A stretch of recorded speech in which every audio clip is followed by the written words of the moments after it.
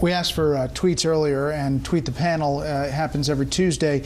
Chad Moan writes, why were the best and brightest only called in after this dismal launch? Where were they over the last 3 years, Juan? Well, I don't know the answer. You would have hoped that they would have been brought in earlier. I mean, you hope the thing would have worked, but obviously it hasn't worked very well, and so it's problematic. And now they have brought in Jeff Zients today, and they apparently are... Now, is that a kind of something bad for Sebelius, the fact that Jeff Zients has to come in and manage something that she was supposed to manage? I don't think she's a technological manager. I think that you, as HHS Secretary, would assign this to people who are supposed to make the technology work.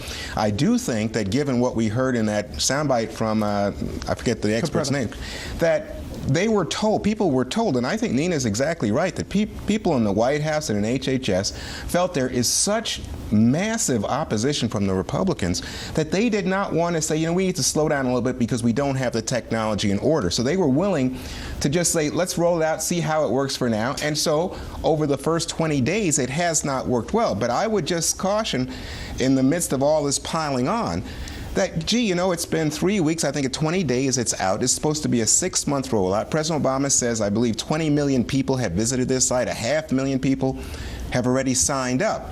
No, they've filled out applications. Yeah, we don't know how many have enrolled. Right, but that's another problem. Well, half a million. Transparency is really pretty tough. Right, but we're only 3 weeks into what is a 6-month rollout. Okay, but it takes 1 minute to answer a question. How many are enrolled? They don't want to say, I suspect, because they don't quite have it under grip because of the technological problems. I would add, you can still call on the phone to get this done. And one final point, you know, it's like 2/3 of Americans say, you know, Republicans, slow down. Stop the pine on. Let this thing happen, for better or worse.